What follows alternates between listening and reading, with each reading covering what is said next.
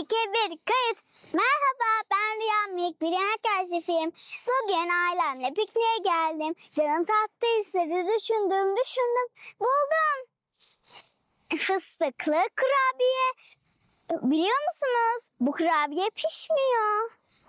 Hazırsanız malzemelerimiz gelsin. Malzemelerim gelmiş. Şimdi sizlere malzemelerimi tanıtacağım. Ezilmiş bebe bisküvisi, fındık tozu, pudra şekeri ve tahin. Şimdi koyuyoruz.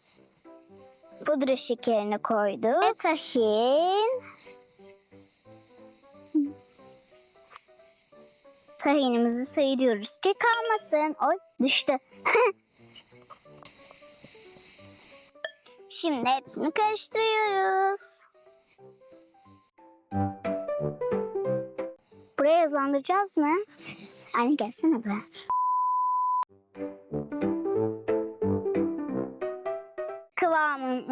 Karışımımız oldu ve onu yuvarlayacağız. Ezilmiş fındığımızı buraya döküyoruz.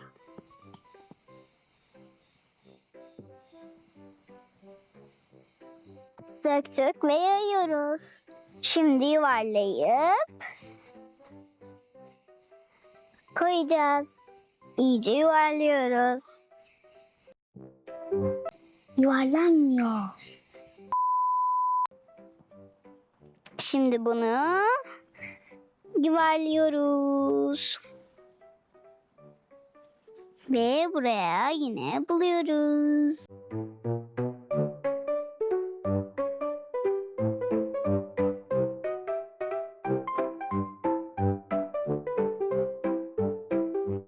Şimdi tadım zamanı, yeniden tadım zamanı.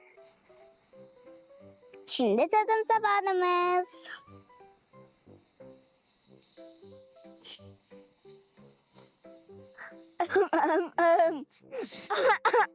Boğazıma yapıştı.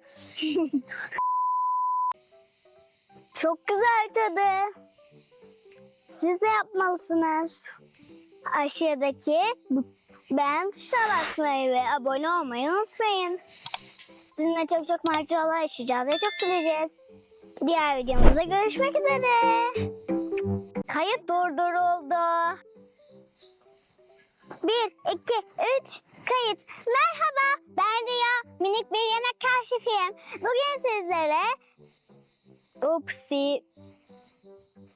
Annem döktü, ben dökmedim, annem döktü.